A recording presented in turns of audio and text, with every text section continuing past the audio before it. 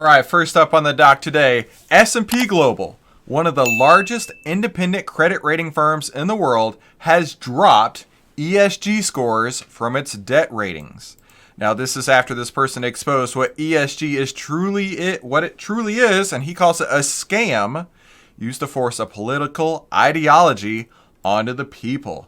Now, before we get right into that, if you're just tuning in, my name is Christopher Ewell, and I love talking about stocks and finding those outlier trades with outsized returns. And if you're interested in that too, be sure to definitely hit the subscribe button down below. And today's episode is sponsored by Outlier.com. Go to OVTLYR.com to find out why outliers win. So, what do you think ESG scores, right? I had to Google this because I want to be sure that I got it correct. What is an ESG score?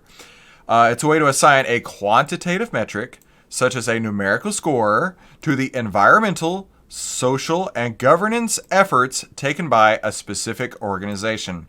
ESG efforts have become increasingly important in recent years as awareness around the topic has grown. So what they're saying is that the ESG scores have been dropped from S&P Global's independent from its debt ratings. That's what I was looking for. So tell me in the comments down below, what do you think about this? My personal opinion is, and I've listened to a lot of things, and you can lean one way or the other as far as your political spectrum. But I was reading the article, which is now paywall blocked, which is so dumb. But in fact, let me scroll down just a little bit. Here it is. No, this is what I want to see. Larry Fink, CEO of BlackRock, who we're actually going to be talking about later, gave away the game in his now infamous interview where he says that the primary objective is forcing policies that could never be passed at the ballot box. So that's kind of an evil way, right? An evil way to get your ideas out there. And I don't know. To me, the idea of ESG sounds good, and that's what it's pitched as, is a way to make things better. Right? We're looking at environmentally making things better. We're looking at making the society better. We're looking at governance and control and making things better. But when Philip Morris, who produces cigarettes, has a higher ESG score than Tesla, who produces electric cars, we got something broken here, right?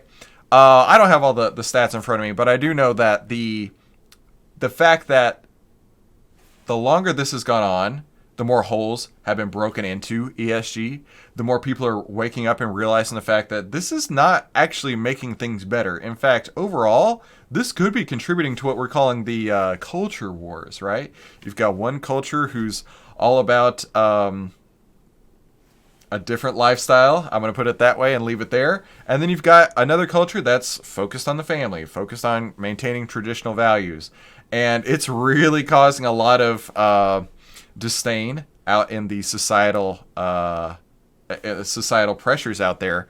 And one of the reasons is ESG scores. I recently watched this 3-part series on Disney and their ESG scores. So Disney, which once was a family company, has turned into quite the ESG behemoth with their DEI initiatives, diversity, equity, and inclusion efforts.